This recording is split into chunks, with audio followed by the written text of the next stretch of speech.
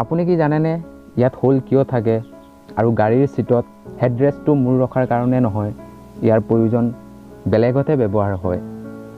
আজিৰ ভিডিঅ'ত মই আপোনালোকৰ কাৰণে এনেকুৱা 10টা তথ্য লৈ আনিছোঁ, যিখিনি বস্তু আমি দৈনন্দিন জীৱনত ব্যৱহাৰ কৰি থাকোঁ, কিন্তু তাৰ সঠিক ব্যৱহাৰটো আমি বহুতেই নাজানো। ভিডিঅ'টো শেষলৈ চাব, কিয়নো ইয়াৰ তথ্যখিনিয়ে আপোনাক বহুখিনি আচৰিত কৰি পেলাব।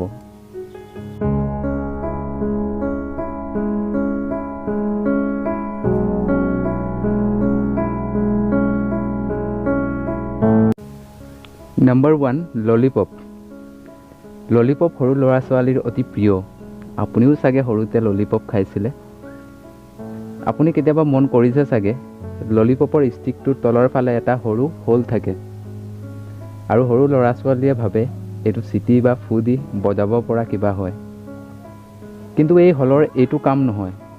আচলতে এই হোলটোৰ কাৰণে মৰ্টনটো ষ্টিকত লাগি থাকে আৰু খোৱাৰ সময়ত মুখত এৰাই নাহে বা তললৈ সৰি নপৰে। আৰু কিবা প্ৰকাৰে যদি ডিঙিত ষ্টিকডাল লাগি যায়, তেতিয়া অক্সিজেন পাছ হোৱাটো ই সহায় কৰে। Number 2, laptop charger. আমি সকলোৱে লেপটপ চাৰ্জাৰ দেখিছোঁ, আৰু এটা কথা মন কৰিছোঁ চাগে, চাৰ্জাৰডালৰ মূৰৰ ফালে এটা চুঙাৰ দৰে কিবা এটা থাকে। কিন্তু ইয়াৰ প্ৰয়োজনীয়তা আমি সকলোৱে নাজানো চাগে। আচলতে ইয়াক ফ্লিট বিট বুলি কোৱা হয়, আৰু ইয়াৰ কাম হৈছে ই লেপটপটোত অতিবাহিত হোৱা কাৰেণ্টটোক কণ্ট্ৰল কৰে। ইয়াক আমি সহজ ভাষাত ষ্টেবিলাইজাৰ ক'ব পাৰোঁ। ইয়াৰ ফলত লেপটপটো সুৰক্ষিত হৈ থাকে, আৰু কিবা প্ৰকাৰে শ্বৰ্ট চাৰ্কিটৰ ফলত যদি কাৰেণ্ট বেছিকৈ পাছ হয়, সেই চুঙাকৃতিৰ বস্তুটোৱে সেই কাৰেণ্টটোক কণ্ট্ৰল কৰি লয়, আৰু যিমানখিনি লেপটপটোত দৰকাৰ সিমানখিনি কাৰেণ্টহে সি পাছ কৰে। নম্বৰ 3, হোল ইন পট। বন্ধুসকল, আমি সকলোৱে ঘৰত ব্যৱহাৰ কৰা বাচনবোৰত এনেধৰণৰ কিছুমান হোল দেখিছোঁ, আৰু প্ৰায়বোৰ বাচনতে এনেধৰণৰ থাকে। আপুনি ভাবে চাগে এই হোলবোৰৰ জৰিয়তে বাচনটো ক'ৰবাত ওলমাই ৰাখিবলৈ সহজ হয়, ইয়াক ওলমাই ৰাখিবলৈ হোলটো দিছে। কিন্তু এইটো সঁচা নহয়। আচলতে এই হোলটো এই কাৰণেই দিয়ে, খানা বনাই থকাৰ সময়ত হেতাখন এনেধৰণে ৰাখিবলৈ, বা হেতা এখন বেলেগ ঠাইত থ'লে লেতেৰাও হ'ব পাৰে, বা হেতাত লাগি থকা তেল য'তে ত'তে পৰিবও পাৰে। সেইবাবে বাচনবোৰত এনেকুৱা হোল দিয়া হয়। নম্বৰ 4, হেডৰেষ্ট ইন কাৰ। বন্ধুসকল, আমি সকলোৱে গাড়ীৰ ছিটত এই হেডৰেষ্টটো দেখিছোঁ, কিন্তু আপুনি ভাবে ইয়াৰ কাম অকল মাথাটো আউজাই ৰাখিবলৈ ব্যৱহাৰ কৰা হয়। আপুনি জানি আচৰিত হ'ব, ইয়াৰ এইটো আচল কাম নহয়। ইয়াৰ আচল কামটো হৈছে এক্সিডেণ্টৰ সময়ত ডিঙিৰ হাড় নাভাঙিবৰ বাবে ই বহুত সহায় কৰে, কিয়নো এক্সিডেণ্টৰ সময়ত জোৰে খুন্দা খোৱাৰ ফলত ডিঙিৰ হাড় ভাঙি যাব পাৰে। আৰু এটা কথা মন কৰিছে চাগে, ইয়াক সহজে খুলিবও পাৰি, কাৰণ ইয়াক এনেধৰণে বনাইছে যে কেতিয়াবা যদি গাড়ীখন পানীত পৰে, ইয়াক ব্যৱহাৰ কৰি গাড়ীৰ গ্লাছ ভাঙিব পাৰি। যদি ভিডিঅ'টো ভাল পাইছে তেন্তে লাইক এটা কৰি দিব আৰু। Number 5, sink hole. আপোনালোকে বেচিনৰ তলৰ হোলটো সকলোৱে মন কৰিছে, আৰু তাৰ প্ৰয়োজনীয়তাও জানে। ব্যৱহাৰ হোৱা পানীখিনি সেই বাটেৰে ওলাই যোৱাত সহায় কৰে।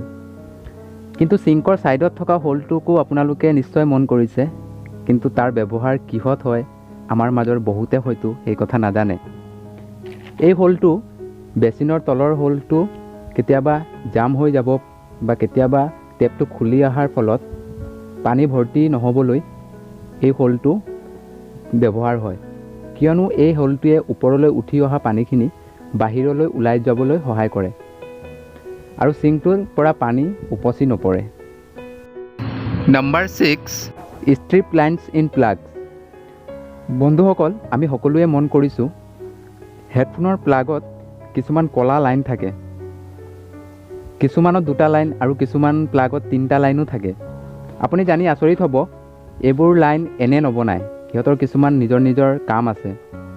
এই লাইনবোৰ হেডফোনৰ লগত কানেক্ট থাকে, আৰু যিবোৰ হেডফোনৰ জৰিয়তে আমি কথা ক'ব পাৰোঁ, সেইবোৰত 3টা লাইন থাকে, আৰু যিবোৰ হেডফোনৰ দ্বাৰা আমি কথা ক'ব নোৱাৰোঁ বা মাইকডাল নাথাকে, সেই হেডফোনডালত 2টা লাইন থাকে।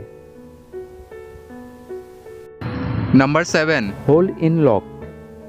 বন্ধুসকল, আপোনালোকে তলাত এনেকুৱা সৰু হোল নিশ্চয় দেখিছে, কিন্তু ইয়াৰ একো প্ৰয়োজন নাই বুলি ভাবে চাগে। কিন্তু ইয়াৰ প্ৰয়োজন আছে। এই হোলটোৰ কাৰণেই তলাটোৰ ভিতৰত মামৰে নধৰে আৰু তাৰ ভিতৰত সোমোৱা পানী বা জুলীয়া দ্ৰব্য ওলাই যোৱাত সহায় কৰে। আৰু তলাটো জাম হ'লে অইল দিবলৈও এই হোলটো ব্যৱহাৰ হয়। Number 8. Pen cap hole. বন্ধুসকল, আমি কলম দৈনন্দিন জীৱনত সকলোৱে ব্যৱহাৰ কৰোঁ আৰু এটা কথা মন কৰিছে চাগে, কলমৰ টুপিটোত এটা সৰু হোল থাকে।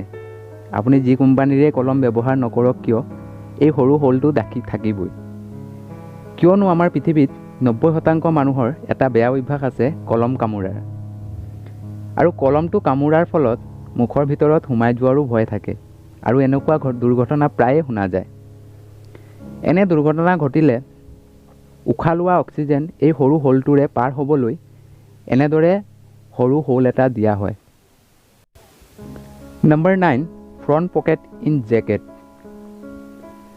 বন্ধুসকল, জেকেট বা চাৰ্টৰ আগফালে পকেট আমি সকলোৱে দেখিছোঁ, বা আমি পিন্ধি থকা চাৰ্টৰো বা জেকেটৰো আগফালে পকেট থাকে। কিন্তু আগৰ দিনত এই পকেটবোৰৰ ইউজ টিকেট ৰাখিবলৈহে বনোৱা হৈছিল।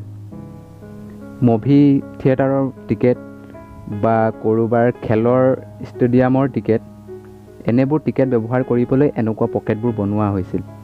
কিন্তু বৰ্তমান ই এটা ট্ৰেণ্ড হৈ পৰিছে আৰু ইয়াক ডিজাইন হিচাপে বনোৱা হয়। Number 10. Holes in airports. যদি আপুনি এয়াৰপৰ্ট ইউজ কৰে তেন্তে এনেকুৱা হোল নিশ্চয় দেখিছে, কিন্তু আপুনি নাজানে চাগে এই হোলটোৰ কিয়ত প্ৰয়োজন হয়। এইকেইটাৰ কাম হৈছে মিউজিক প্লে' কৰাৰ ফলত স্পীকাৰটোত ভাইব্ৰেট হয়, তাৰ এয়াৰ প্ৰেছাৰটো বাহিৰলৈ ওলাই যাবলৈ ই সহায় কৰে।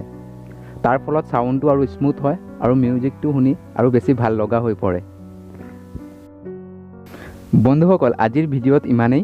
ভিডিঅ'টো যদি চাই ভাল পাইছে তেন্তে লাইক কৰিব আৰু ছাইডত থকা ৰঙা ছাবস্ক্ৰাইব বাটনটো প্ৰেছ কৰি ছাইডৰ বেল আইকনটো প্ৰেছ কৰিবলৈ নাপাহৰিব, যাতে মই দিয়া নতুন ভিডিঅ'বোৰৰ ন'টিফিকেশ্যন আপুনি প্ৰথমে পায়।